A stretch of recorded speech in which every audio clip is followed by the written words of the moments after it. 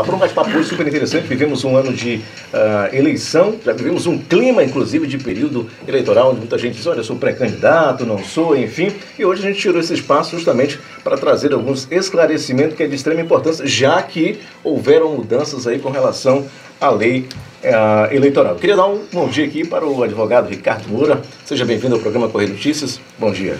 Olá, Sandro, muito bom dia. É uma satisfação imensa poder estar novamente aqui no jornal, né, e na rádio Correio FM, podendo dar essa contribuição para a sociedade, na presença sua, do Patrick, Claudinho, Célia Campos.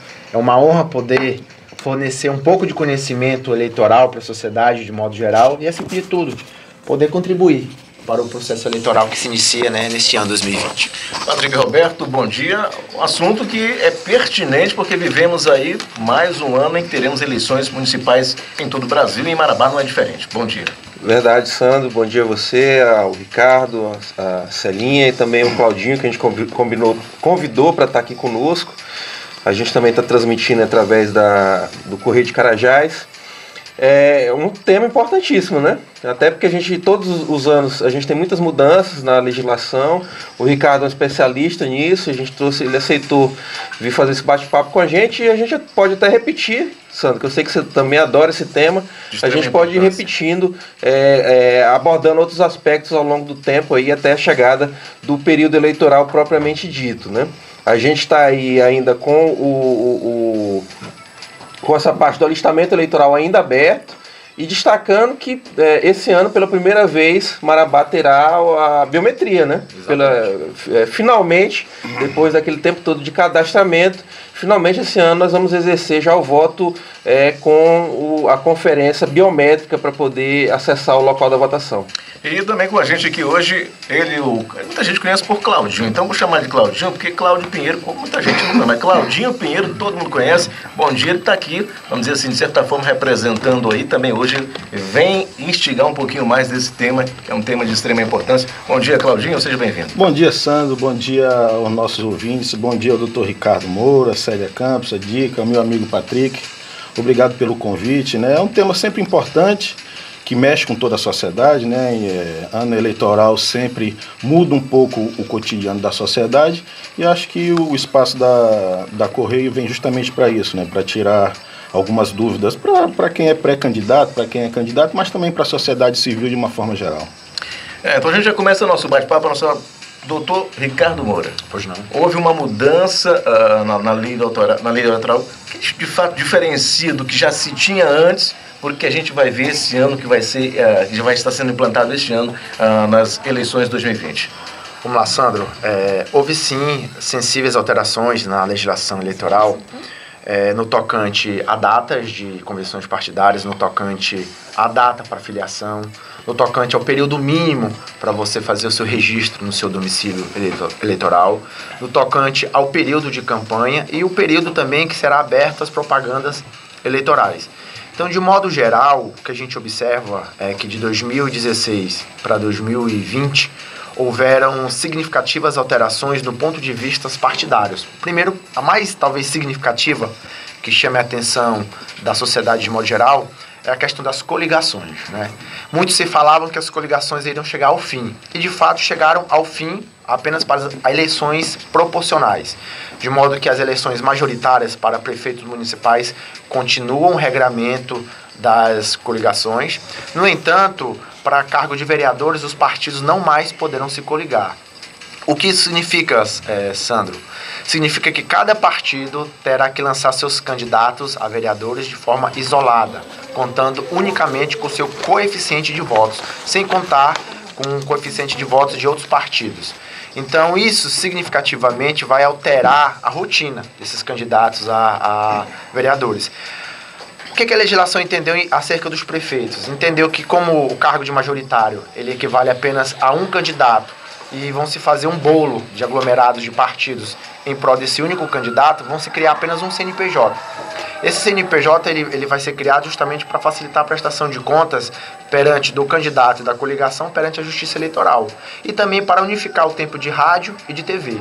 né? Já os candidatos a vereadores não terão mais essa possibilidade jurídica cada partido por si só vai ter que lançar o número de candidatos dentro do limite legal, de acordo com o número de cadeiras de vagas de Marabá, e em cima desse número lançado, eles vão ter também que trabalhar com o coeficiente dos sexos, ou seja, tem que ser destinado 30% para o sexo A e 70% para o sexo B. Por que A e B? Isso dentro de cada partido. Isso, por que A e B? Porque a legislação não diz que tem que ser 30% de mulheres ou 30% ou 70% de homens, ou vice-versa. Cada partido ele vai fazer a sua organização no momento do registro dessas candidaturas. Lembrando que o partido que tiver candidatos a vereadores que não preencherem esse coeficiente de 30% para um sexo e 70% para outro sexo, ele terá que complementar esse registro sob pena de ser indeferida a sua chapa. Então quer dizer que tem que se de fato conseguir completar. Não completando, Sim, pode ter sérios problemas. Exatamente. Marabá, por exemplo, para quem não sabe, nós temos 21 cadeiras de vaga de vereadores. Significa que cada partido poderá lançar até 150% do número de vagas dessas cadeiras. Ou seja, cada partido que quiser lançar candidatos a vereadores poderão lançar até 32 candidatos a vereador. Não significa que serão lançar necessariamente o limite máximo. O limite máximo é de 32, mas podem lançar 15, 20, 25, desde que, a partir do momento que esse numerário for lançado, tem que ser observado 30% para um sexo A, 70% para o sexo B. Patrick Roberto, alguma pergunta? Claudinho, fiquem à vontade. Doutor Ricardo, para a gente esclarecer mais o tema que já foi abordado e que está nesse número de candidatos e candidatos por partido, 70% fica para o sexo masculino, seria isso, e 30% ao feminino? A legislação ela não faz essa distinção de masculino e feminino, só diz que tem que ter essa diferenciação entre 30 e 70. Alguns partidos, se quiserem lançar 30% masculino e 70% feminino, é permitido. Via de regra, o que a gente vê é o 30% feminino, certo? Isso. Nesse caso, em 70% masculino das 32 vagas, a reserva para o feminino ficaria em torno de 10, 11... Seria mais ou menos esse cálculo, né? Ou um pouco menos, 8, né? Se um partido A, por exemplo, aqui em Marabá, ele resta por bem lançar 32 candidatos, e a gente dividiria aí 70% masculino e 30% feminino, ficariam a cerca de 7 ponto alguma coisa mulheres, né, e o restante masculino. E cada candidato que não entrar desse 30% diminui um também de 70%. Sim, tem que ser um mínimo 30 de sexo oposto. Então, antes da gente prosseguir, só um minutinho aí, que nós vamos para as ruas da Grande Marabá. Nós vamos agora falar com o Silas Cabral, que está lá na Intergrãos. Tá certo, então, grande Silas Cabral. A gente hoje está batendo um papo aqui sobre as eleições 2020 e, inclusive, tirando dúvidas. Você pode participar com a gente pelo 992010552. Também acompanha através da live pelo Facebook. Patrick Roberto, passa o endereço aí, para só acompanhar. Pode acompanhar aí pela página do Correio de Carajás, tá? No Face. A gente está numa live aqui. E destacando também que a gente está com a presença aqui do Cláudio Pinheiro, que faz parte lá da assessoria de comunicação da Câmara Municipal de Marabá, mas está aqui mais como comunicador, né? Não está representando a Câmara. Então vamos lá colocar você, dar continuidade na pergunta, vamos lá tirar essa dúvida agora? Doutor Ricardo, existe um grande questionamento na rua entre os pré-candidatos e partidos, como fica a questão do coeficiente eleitoral, né? Que em Marabá deve ficar partidariamente em torno de 6 mil votos, eles esperam isso para cada partido atingir o coeficiente e que aí faria o primeiro eleito do partido, né? E esse candidato tem que ter no mínimo 10% dos votos desse coeficiente, de acordo com a lei. Qual é a grande questionamento dos candidatos? É que se um partido não atingir esse coeficiente eleitoral, se existe a possibilidade de um candidato desse partido conseguir alguma cadeira na Câmara. Boa pergunta, Claudinho. Esse aspecto do coeficiente ele é muito interessante, porque muitos candidatos com muito tempo de vida política ele ainda desconhecem qual é o regramento. E o TSE ele costuma, no ano anterior às eleições, estipular resoluções e metodologias de cálculo de como aferir a vaga de um suposto candidato a vereador. Então vamos lá. Se o coeficiente mínimo em Marabá gira em torno de cerca de 6 mil votos para que um vereador faça jus a uma cadeira na Câmara Municipal e porventura um partido A ou partido B não alcance esse coeficiente, o TSE e o TRE têm fórmulas, vamos dizer assim, de calcular a importância daquele partido no município, no território municipal, tirar a importância daquele partido perante o Congresso Nacional e aferir se aquele número de votos mínimos que equivale àquela cadeira fará jus ou não àquele candidato. O que é importante se frisar é porque, em que pese alguns partidos tenham candidatos com mais votos e outros com menos votos, o diferencial é o quantitativo de candidatos que serão registrados. A lei autoriza aqui em Marabá que cada partido lance até 32 candidatos. Tem partido que vão lançar os 32 candidatos e não vão atingir os 6 mil votos. E tem partido que vão lançar 15, 20 candidatos e vão passar dos 6 mil votos. Esse partido, naturalmente, que passa dos 6 mil votos, ele fará jus a uma cadeira. Agora, o que é importante frisar é que das 21 cadeiras, não terão 21 partidos que vão alcançar o coeficiente mínimo. Então, é natural que o TSE e o TRE ocupe a vaga com outros partidos que não alcançou o coeficiente mínimo, mas que esteja na frente dos demais. Então, não necessariamente a cláusula de barreira vai ser o numerário 6 mil votos, mas sim a quantidade de 21 cadeiras dividido pelos partidos de acordo com seus votos obtidos no pleito. Então, a grande Patrick, mudança, então... Antes de eu passar para ti, por só para não ficar com essa dúvida aqui, doutor, qual seria aí a diferença, porque tem muita gente em casa que deve estar se perguntando isso, dessa nova mudança, como se foi colocada agora, onde os partidos lançarão, para que se vivia durante muitos anos, que entrava ali um cálculo totalmente diferente, às vezes a pessoa tinha 800 votos, ela acabava indo, o outro tinha 1.500, não ia, para que a gente possa ficar bem mais claro isso para quem está ouvindo o rádio agora, que houve uma mudança bem grande, vamos dizer assim, né? Muita gente se pergunta, fulano teve 800 votos, teve 700, foi. O outro teve 1.200, 1.300, não foi. Então, o processo deu uma mudada e bastante. Com certeza, e foi uma mudança significativa, Sandro, porque era a chamada coligação nas eleições proporcionais, que gerava o efeito carona. Ou seja, um partido A, um partido B... Ou efeito tiririca, né? Muita gente batiza. Um candidato muito bem votado, ele carregava um ou dois junto com ele, né? Ou seja, então um partido, naturalmente, ele se coligava com aqueles outros partidos que tivessem candidato com uma certa conotação eleitoral, que tivesse um certo capital eleitoral dentro de Marabá. Isso agora não vai mais acontecer para as candidaturas de vereadores. Cada partido vai ter que lançar de forma isolada os seus candidatos. Uns vão lançar 32, outros vão lançar 25, outros vão lançar 15. Uns não vão conseguir atingir o coeficiente mínimo de 30% por um sexo e 70% por outro sexo. E a Justiça Eleitoral vai notificar aquele partido para regularizar esse registro de candidatura. Então é importante que se diga que o efeito carona, ou como o Patrick aqui bem disse, o efeito tiririca, não fica, mais existirá nas eleições de 2020 para cargos de vereadores. Volto a dizer, apenas para os cargos de prefeito que as coligações ainda estão permitidas. Patrick e Roberto. Uma coisa interessante da biometria, né, que o próprio cadastramento biométrico fez com que sumisse um contingente aí do eleitorado de Marabá. Já sumiram vários eleitores aí. E eu acho que a grande vantagem será, Ricardo e Claudinho, justamente o fato de que agora não tem mais possibilidade qualquer do cidadão mandar um representante seu, né?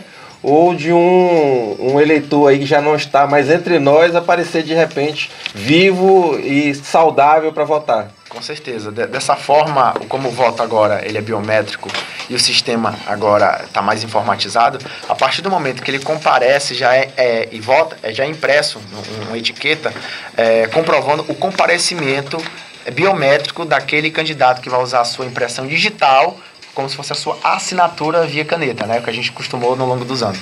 Então não tem mais a possibilidade de alguém mandar um representante. Até aquelas pessoas que têm deficiência física ou de visão, eles serão autorizados a levar um acompanhante até o momento da sessão. Do momento da cabine para a votação, vai ser um serventuário da Justiça Eleitoral que vai acompanhar justamente aquele cidadão. E ele pode levar sua cola, naturalmente. Futuramente, daqui a um tempo, eu retornarei aqui à rádio e irei explicar os prós e os contras, né, durante o dia do pleito e durante as propagandas eleitorais. Certo. Outra questão, Cláudio, tem alguma coisa? Ricardo, tem um grande debate hoje no Brasil sobre financiamento de campanha, o fundão e tudo.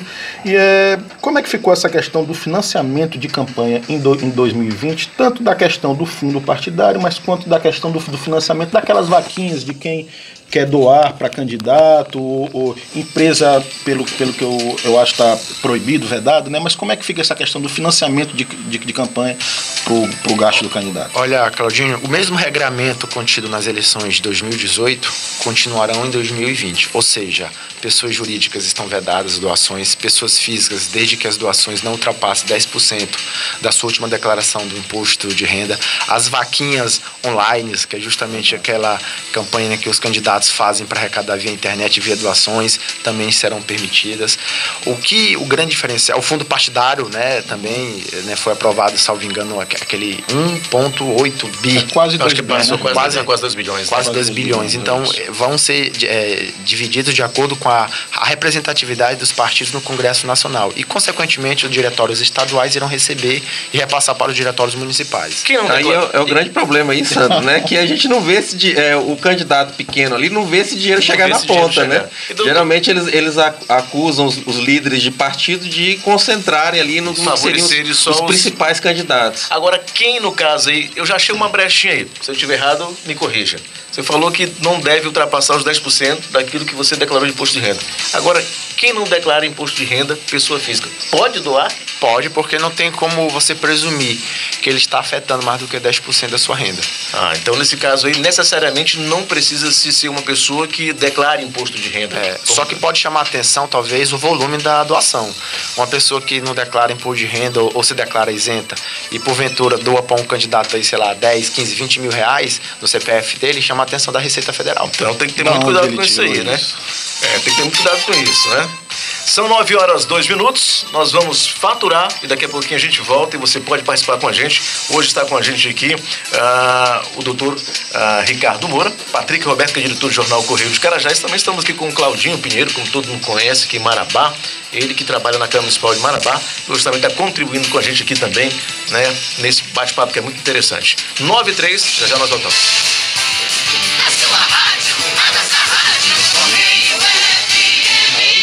Como é que tem funcionado isso? São os requisitos, Sandro, Requisitos são de elegibilidade para todo cidadão poder lançar o seu nome e submeter ao sufrágio popular. Os requisitos para qualquer cidadão se candidatar são 6, né? O primeiro desse requisito é que ele tenha nacionalidade brasileira. O segundo é que ele esteja no seu pleno exercício dos seus direitos políticos. O terceiro é que ele esteja domicílio eleitoral na circunscrição onde ele pretenda concorrer ao pleito. O quarto é que ele tenha um alistamento eleitoral em território nacional. O quinto é que ele tenha filiação partidária. E o sexto é que ele tenha idade mínima de acordo com o cargo que ele pretenda concorrer. É importante se diga, Sandro, que esse pleno exercício dos direitos políticos ele pode ser afastado por uma decisão judicial, por exemplo. Pessoas que estão presas, por exemplo, elas podem votar, não podem serem votadas. Então, dificilmente você vai ver um candidato preso num presídio ser candidato. Mas eles podem sim votar e escolher o seu, vamos dizer assim, o seu candidato de preferência. Dificilmente também você vai verificar um candidato que ele não tem a idade mínima, né? Para cargo de vereança, nós temos a idade mínima de 18 anos. Na legislação anterior, essa aferição da idade mínima de 18 anos era cobrada apenas no momento da posse. Então, existia candidatos com 17 anos que se candidatavam ao pleito e até o momento da posse ele conseguia completar seus 18 anos. Hoje não mais, hoje é no momento do registro. Já para candidaturas de prefeito, a idade mínima é 21 anos, só que o momento de aferição é somente durante a posse. Os prazos esse ano, houve alguma mudança com relação, por exemplo, eu pretendo ser candidato, a questão da filiação, até quando eu posso? Como é que está essa questão das datas? Interessante, Sandro. Antigamente, existia uma confusão do eleitor e do cidadão. Por quê? Porque a lei colocava que tinha que ter o candidato 1 ano de domicílio eleitoral e mais 6 meses de registro de candidatura deferido pelo partido. Hoje, a Justiça Eleitoral unificou e padronizou esses prazos. Então, tanto para o candidato que queira se filiar no partido A ou no partido B, quanto para ele registrar o seu domicílio eleitoral na circunscrição do pleito, ambos serão de 6 meses. Então, 6 meses antes do pleito significa o quê? Que todo candidato que quiser modificar o seu título, o seu domicílio eleitoral, ou se registrar em algum partido político, ele tem até a data limite de 4 de abril de 2020. Agora, quem completou a idade, que já vai estar apta a votar, completou esse ano, tem como ainda eu tirar meu título ou não? Sim. É o chamado de aqueles que são facultados a votarem, né, e os que são obrigatórios a votar. É importante que se diga isso, Sandro. até o dia 6 de maio, que são 150 dias, ou seja, 5 meses antes do pleito eleitoral de outubro, pode-se tirar título de eleitor pela biometria e pode também se transferir o domicílio eleitoral. É muito comum no Pará, no interior, pessoas saírem candidatas e possuírem parentes da zona rural ou de outros municípios. Então esse candidato, ele atrai todos os seus familiares para a circunscrição do pleito, onde ele pretende concorrer a um cargo político, e faz com que todos os seus familiares lá se filiem, ou seja, lá registrem o seu título eleitoral. Então isso é muito comum no Pará. Então a data limite... Por isso que acontece naquele município que tem mais eleitores do que população. Isso. Então a data limite para que isso ocorra no estado do Pará, aliás, em todo o território nacional, é dia 6 de maio de 2020. Ricardo, tu falaste sobre uma questão, eu vou perguntar sobre a janela eleitoral, mas tu falaste da questão do cara que não pode ser votado estando preso. A questão da segunda instância, condenado em segunda instância, como é que fica? Aí já entra a lei complementar... Se ele entra no ficha suja, né? Exato. A chamada lei complementar 135/2010, ou conhecida popularmente como lei da ficha limpa.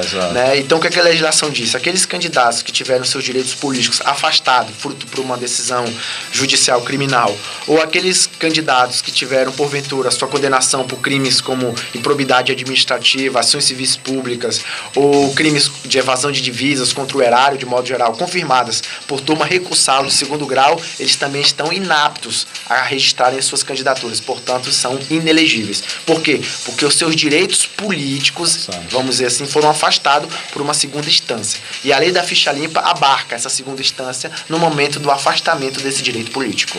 Mas a pessoa que está só investigada, ela concorre novamente. Responder a um inquérito policial ou responder a um processo penal por si só não inviabiliza o registro de candidatura. O que a legislação prega? Que todo candidato que estiver respondendo no momento do registro de candidatura a algum processo criminal deve-se colher do Poder Judiciário local uma certidão narrativa, ou também chamada de certidão de objeto e pé, daquele processo penal apenas. Se porventura o candidato responde a ações trabalhistas, ou a pensão alimentícia, ou a crimes de menor potencial ofensivo que não abarque, vamos dizer, penas de prisão, ele não necessita retirar essa certidão narrativa. Pode falar. Tem uma questão que mexe muito com quem já tem cargo público, quem já exerce ou a vereança ou a questão de deputados, entre outros cargos eletivos, da janela eleitoral. Em que período ela vai se dar, quem ela atinge, como ela pode ser feita, como essa troca de partido é permitida ou não para quem já possui cargo eletivo? Muito simples. A janela eleitoral somente abarcará aqueles que pretendem concorrer ao pleito de 2020, ou seja, prefeitos e vereadores ou pretensos deputados que queiram concorrer ao cargo de prefeito ou de vereadores, porventura. Então vamos lá dizer, o município de Marabá, por exemplo, existem pessoas que vão sair candidatos a prefeito, então eles estão hoje filiados no partido A, mas querem mudar para o partido B. Eles têm do dia 3 de março até 4 de abril, esses 30 dias, para que ele compreenda essa modificação partidária dentro da janela eleitoral. Por que essa modificação partidária? Porque ela vai ocorrer até 6 meses antes do pleito, com 30 dias retroativo. Ou seja, então a legislação, para fim de segurança, ele preferiu definir que, como não existe candidaturas sem partido, todo candidato a prefeito ou todo candidato a vereador deve ter um partido. Mas não necessariamente tem que ser o mesmo partido que ele já concorreu ao pleito anterior. Ele pode modificar desde que tenha condições viáveis ou o que a legislação chama de justa causa. Por exemplo, ele se desentende com o perfil do partido, com o diretório municipal, ele começa a perder espaço dentro do partido, então ele acha melhor ir para um outro partido, mas ele tem que preencher essa modificação dentro desse período de 30 dias, 3 de março a 4 de abril. Ricardo, dentro dessa linha aí do mudança de partido, uma coisa que mudou também, Sandro, é que antigamente a pessoa estava no partido A e mudava para o partido B, e o partido anterior dela não comunicava a justiça eleitoral, de forma que você ficava ali com duplicidade de filiação. Isso aí mudou também, não foi, Ricardo? Mudou. Antigamente a dupla filiação, até nas eleições de 2018, ela configurava filiação ou registro de candidatura nulos. Isso aconteceu com candidatos aqui em Marabá, que em 2018 se candidataram e eram do partido A e foram para o partido B e não comunicaram à Justiça Eleitoral e nem ao partido. Tem um caso que ficou muito conhecido disso aí aqui em Marabá, foi envolvendo o ex-vereador Ferreirinha, né, presidente do Águia, que ele passou por isso, né? Justamente quando ele tentou concorrer a vereador novamente, ele que já foi vereador aqui em Marabá, e quando ele foi se registrar, ele estava com dupla filiação e não conseguiu concorrer, mesmo tendo, depois entrou com recurso, etc., mas na época ele foi prejudicado. Foi. Hoje isso não mais ocorrerá, Patrick e Sandro, porque a legislação modificou o entendimento. Primeiro, 2 pontos. O primeiro ponto é a desnecessidade ou a não necessidade de você ter que comunicar ao partido anterior. Se você se filiou a um novo partido, esse novo partido terá a incumbência de informar a Justiça Eleitoral. E o outro ponto positivo é que em caso de dupla filiação, permanece e prevalece a filiação mais atual, ou seja, a revogação tácita da anterior. Opa, coisa boa. Agora, doutor, uma pergunta eu queria fazer. Uma pessoa que é considerada sem nenhum tipo de alfabetização, ela pode concorrer ou não? Não. Porque teve anos anteriores que existem tem 2 vedações para quem quer se candidatar, né? Não aceita candidatura para o analfabeto e não aceitam candidatura para os estrangeiros. E existe também uma previsão para os conscritos, ou seja, aqueles que têm nacionalidade brasileira, no entanto, estão em serviço militar. Esses tipos de situações são vedadas pela Justiça Eleitoral. Muito bem que legalmente o prazo das propagandas eleitorais, das pré-candidaturas de pretensos candidatos, somente a partir do mês de agosto, né? Doutor, agora eu posso, até uma coisa que a gente conversava aqui antes, e isso é uma pergunta que o entender está se perguntando também agora, que está ouvindo a rádio agora. Eu já posso, por exemplo, na rede social, declarar como candidato, gravar um vídeo, dizer que sou candidato, enfim, posso de repente fazer ali, como teve virada de ano novo chegando, fulano de tal 2020, eu posso fazer isso? Não, de modo algum. A Justiça Eleitoral, ela veta esse tipo de conduta na qual você já se declara um pré-candidato ou que você já pede algum tipo de voto. O que a legislação não pune e nem veda é o seu enaltecimento pessoal. Você pode sair em rede social, pode sair em meios de comunicação como um todo, vendendo um projeto que você faz, vendendo a sua pessoa, o seu trabalho, a sua rotina, o seu mais cotidiano. ou menos pode fazer tudo menos pedir voto. Isso, e menos pedir voto e menos se dizer que você é um pretenso candidato, porque só se diz quem é candidato, aquele nome que é aprovado numa convenção partidária e é comunicado à Justiça Eleitoral. Antes disso não existe candidato. Então se você fizer isso aí, alguém de repente faz um print, depois pode entrar com ação judicial e complicar toda a sua vida. Simplesmente representa você para a Justiça Eleitoral ou para o Ministério Público Eleitoral e a Justiça vai te notificar para prestar esclarecimento ou, se configurar a prática, vai te notificar para pagar uma multa. Então tem que ter muito cuidado hoje aí, você que pretende sair nas eleições de 2020, que existem leis, existem regras e a coisa não é muito bem assim, aberta para você fazer da forma que você acha ou que você pensa, não. Porque hoje a gente vive num mundo aí que tá aí o celular, que você pode fazer um print, que você pode copiar, enfim, então o negócio é... E é importante, Sandro, esse dialecto que foi falado. Por quê? Porque como nós estamos na era das redes sociais, é muito comum pessoas praticarem também crimes eleitorais via internet, sem saber que está praticando um crime. Então você falar do candidato, criticar, por exemplo, o projeto dele ou a legislatura dele é uma coisa. Você denegrir a pessoa física, ou a imagem, ou a honra daquele candidato configura um crime.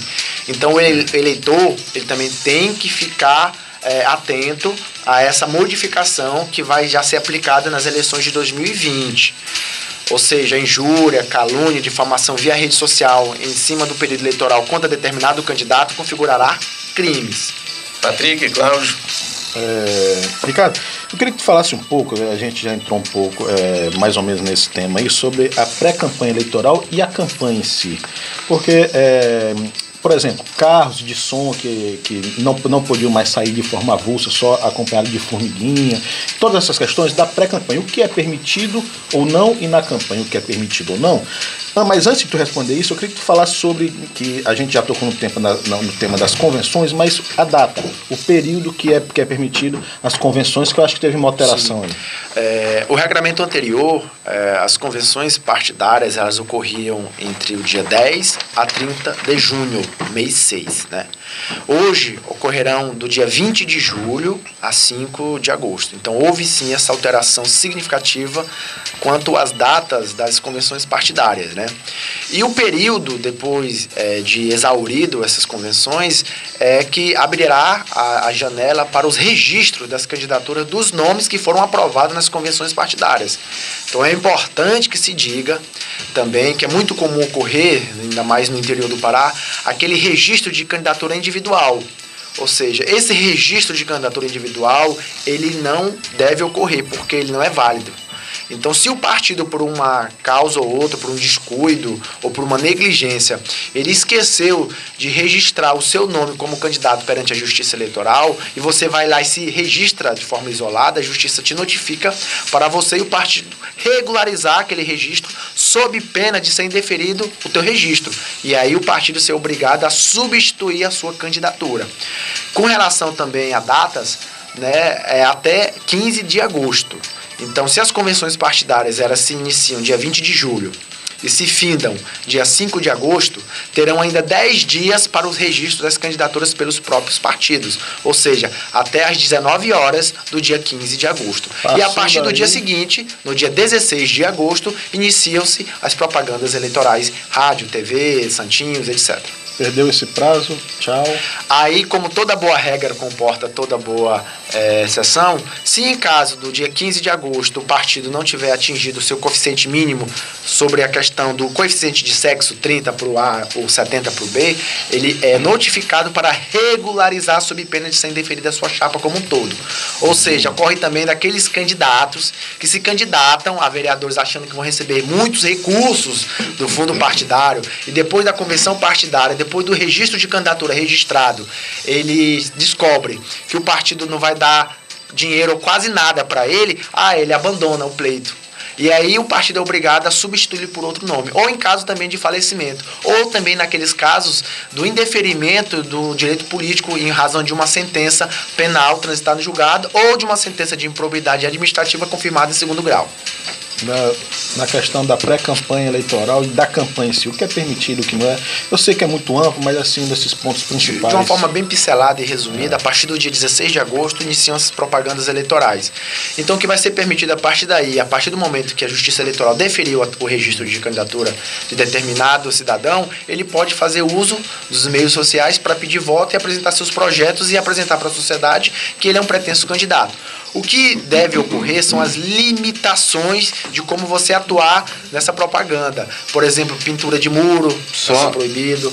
Já que você está falando do dia 16 de agosto, aí nesse dia ele já pode dizer que é candidato. Sim, nesse não dia. Não que pretende candidato, porque tu falaste pretende candidato. Porque nesse dia ele já está escolhido em convenção, exatamente. Né? E já está registrado, inclusive. Ele já porque ganha a data CNPJ. foi dia 15. Né? Todo candidato a vereador, ou todo candidato a prefeito, por meio da sua coligação majoritária ou proporcional, eles criam um CNPJ.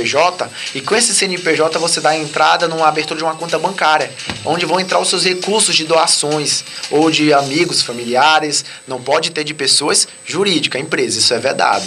Pode ter as vaquinhas eleitorais, isso é importante que se diga. Então, a partir desse momento, a Justiça Eleitoral passa a fiscalizar o candidato a prefeito ou o candidato a vereador por meio do seu CNPJ. Carro, som, formiguinha, tudo permitido? Esse regramento, o TSE sempre estipula resoluções no ano anterior. Pelo que o TSE já estipulou, parece que o regramento contido em 2018 vai se repetir em 2020.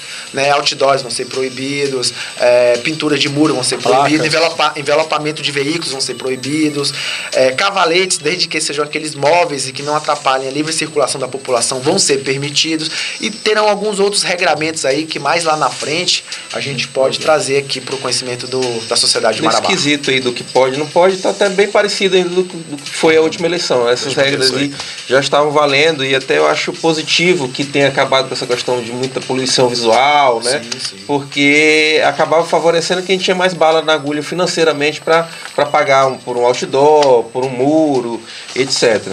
Eu queria entrar na questão do Sandro e Ricardo, na questão do eleitorado nosso, né? Nós estamos aí com mais de 170 mil eleitores, né? Sim. E a tua projeção, Ricardo, você falava pra gente aqui em off, é de que nós, na próxima eleição municipal, já teremos ultrapassado os 200 mil eleitores, o que nos jogaria para a condição de segundo turno, né? Sim, é uma previsão até otimista, Patrick, Sandro, porque eu tiro essa previsão em cima dos pleitos passados, né?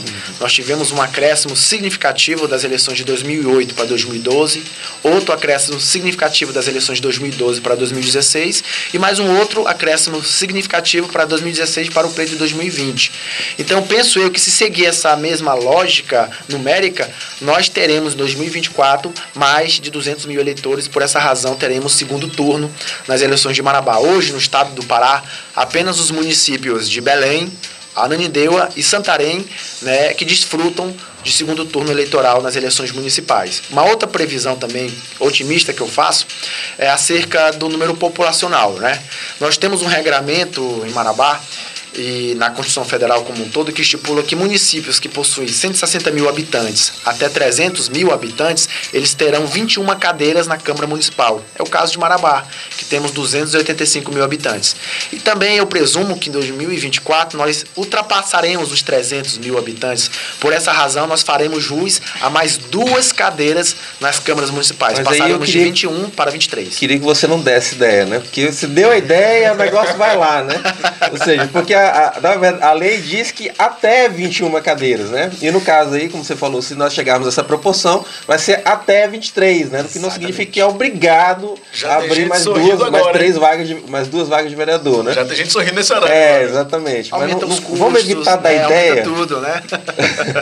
Agora, doutor, isso já, assim, é uma pergunta, voltar, a gente vai ter outro momento para isso, mas a gente tem visto nas últimas eleições que, mesmo com a proibição, ainda tem candidatos né, querendo ir, vamos dizer assim, contra a lei e jogando ali santinho, espalhando no dia material.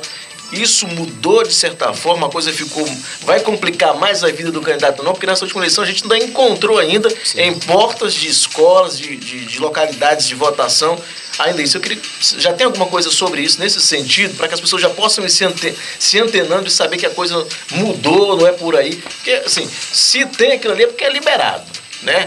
Se a pessoa pega porque o candidato liberou para que ela fizesse aquilo ali. Como é que está essa situação nesse sentido? Olha, Sandro, a legislação ela vai repetir o regramento de 2018 no pleito de 2020. É proibido você jogar santinhos ou materiais de campanha nas portas das zonas de votação. O que ocorre é que essa proibição ela intimidou, vamos dizer assim, os candidatos. Ela não, vamos dizer assim, eliminou como um todo essa prática corriqueira.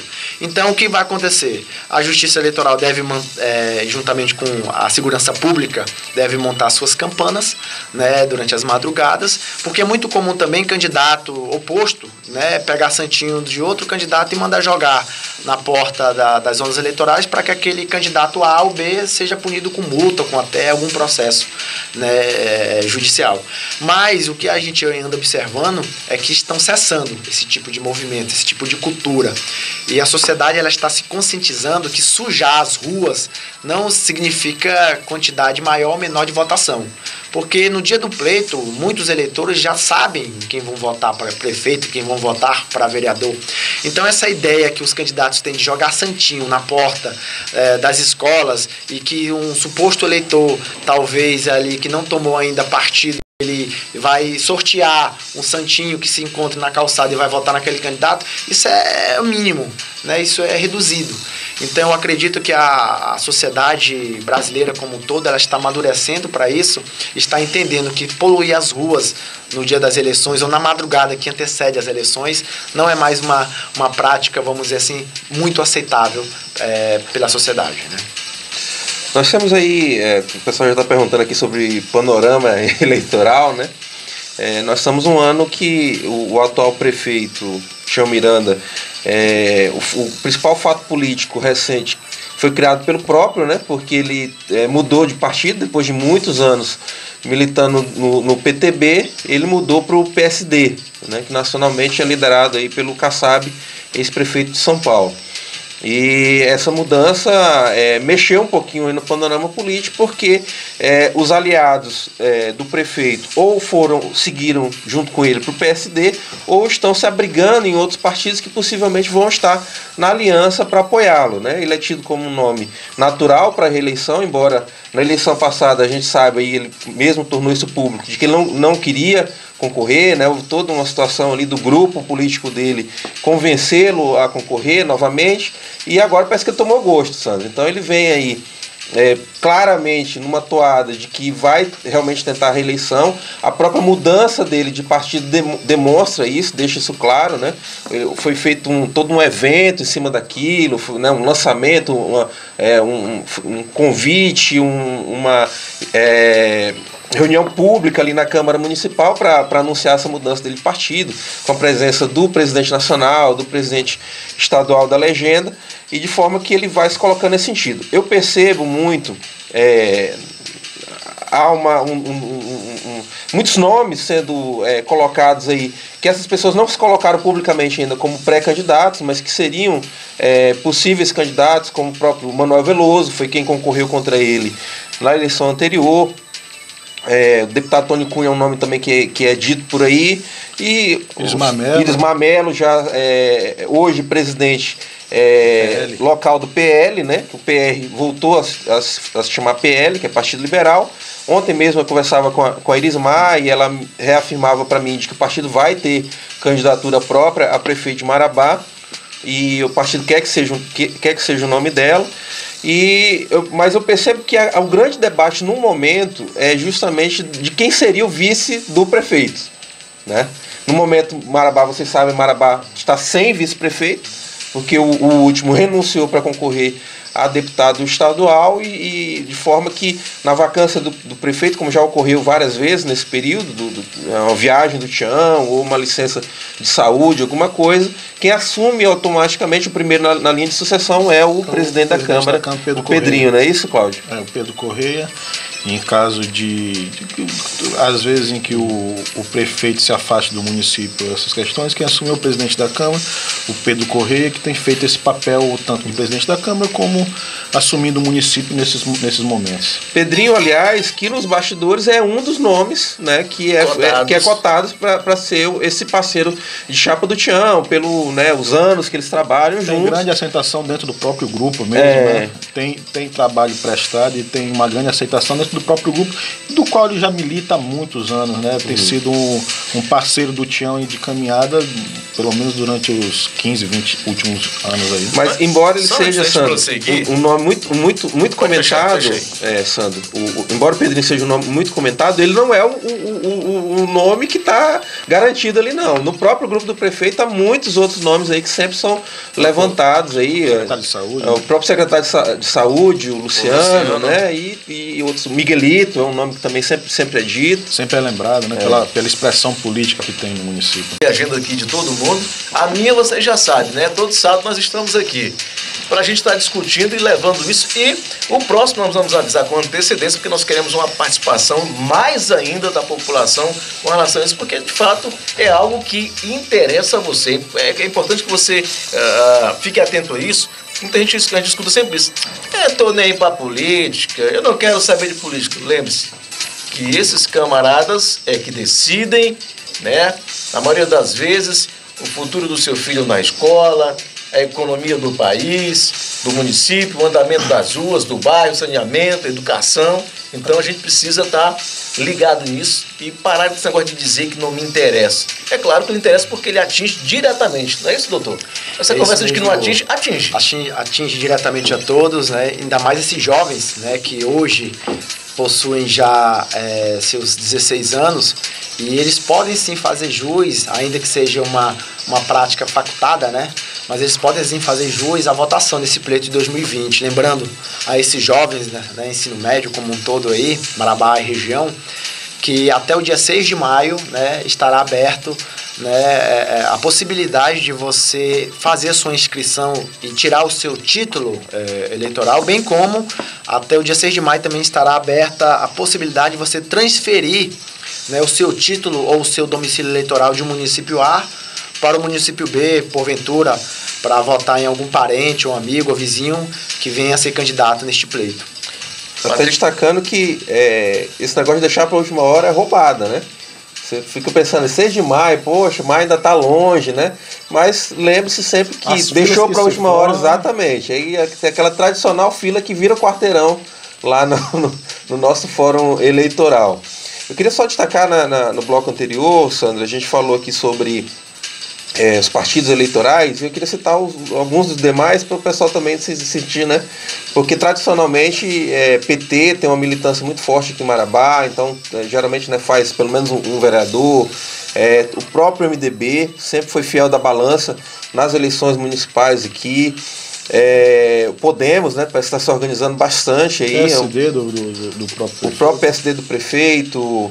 Quais outros partidos a gente pode citar, Claudinho? PSB Claudinho? Também. PDT, PTB, PDT, todos PSB são partidos também tem, nas últimas eleições. PSB, é verdade. PSB também tem tido uma tradição aí. Mantido, né? E essa eleição, não sei se os companheiros concordam, mas quem tiver uma chapa muito forte tende a fazer um número muito grande de vereadores. Então, nomes como MDB e PSD, na visão dos analistas políticos aqui, eles largam na frente. O MDB, pela questão do governador Helder, e sempre foi um grande protagonista da política marabaense. Hoje já tem 3 vereadores, né, que já ocupam cadeira na Câmara, então tem uma chapa fortíssima que busca 4 ou talvez até 5 vereadores eleitos. O PSD vai na mesma toada, né?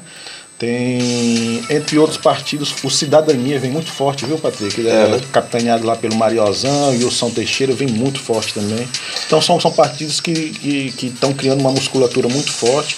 MDB, PSD e Cidadania. Eu não tinha citado o PCdoB, que tem dois vereadores. Dois vereadores. Dois vereadores do PCdoB. Eu acho que, salvo engano, é a primeira vez, inclusive, que eles fazem vereadores. Eu não tenho isso de cabeça, mas pós-redemocratização, acho que sim.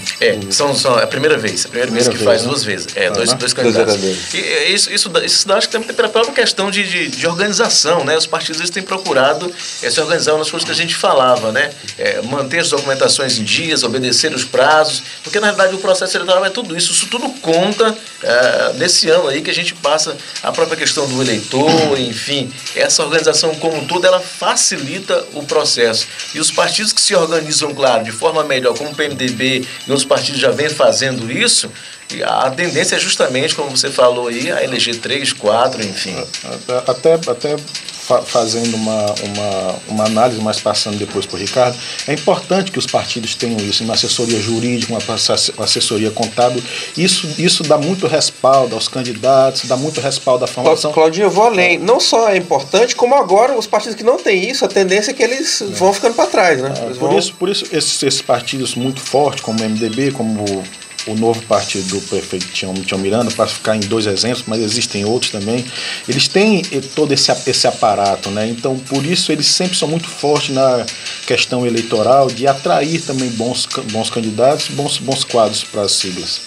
Isso é importante frisar, Sandro, Patrick e Claudinho, porque muitos candidatos apenas se preocupam em se filiar no partido e lançar os seus nomes para o sufrágio popular.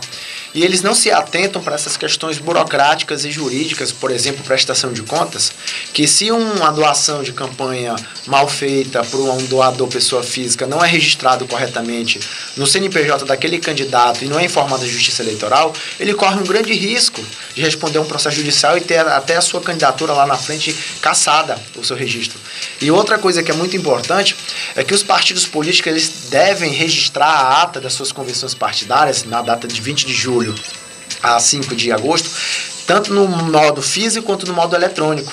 Ou seja, depois do dia 5 de agosto, os partidos terão até 24 horas, né, para inserir a ata das suas convenções partidárias com todos os nomes dos candidatos aprovados, né, inserir isso na Justiça Eleitoral para que a Justiça Eleitoral, em 24 horas, forneça essas informações aos tribunais regionais eleitorais do Brasil.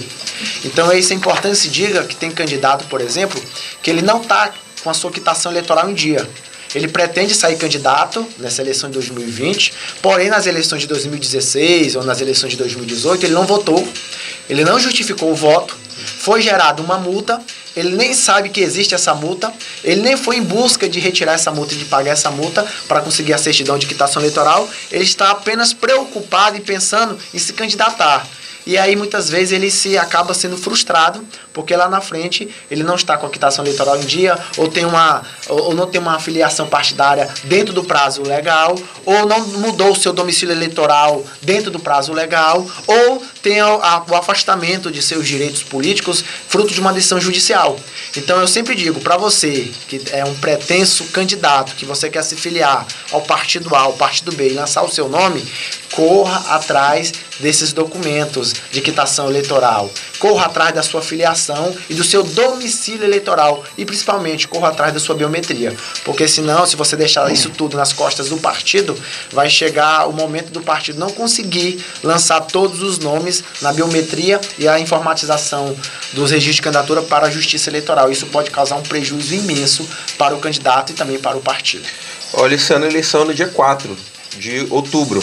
Primeiro turno. É, o primeiro turno, onde tem segundo turno, dia 25 seria o segundo turno, né? Isso, o primeiro domingo de outubro, o primeiro turno, o último domingo de outubro, o segundo turno. E o período de exibição da propaganda eleitoral, tanto na TV quanto aqui no rádio, é de 28 de agosto a 1º que serão justamente a veiculação daquelas propagandas de prefeito e vereadores, dentro do seu coeficiente de tempo.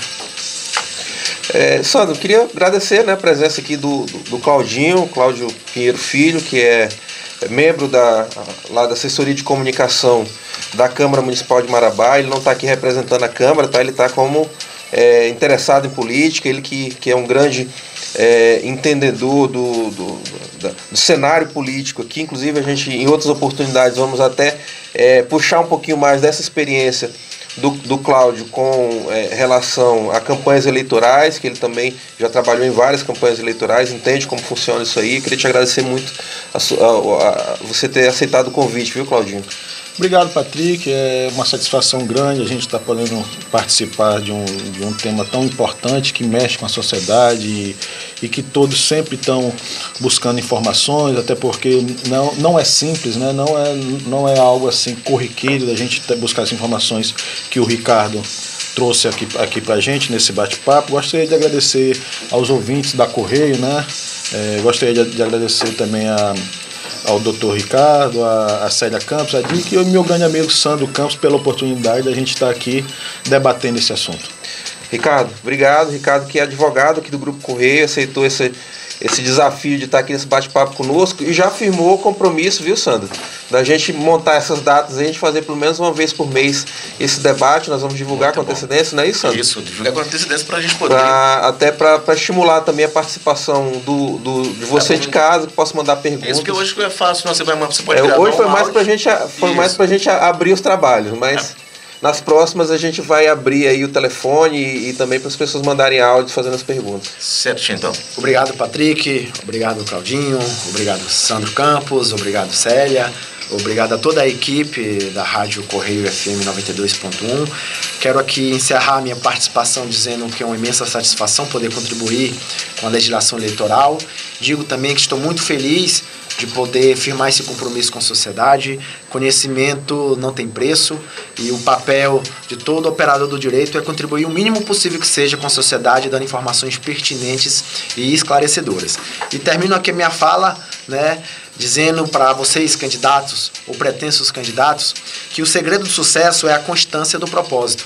Então não deixe para fazer amanhã o que vocês já podem começar a fazer hoje. Muito obrigado. Bom dia a todos. O homem trouxe até umas situações aí. Até filosofou aqui no final.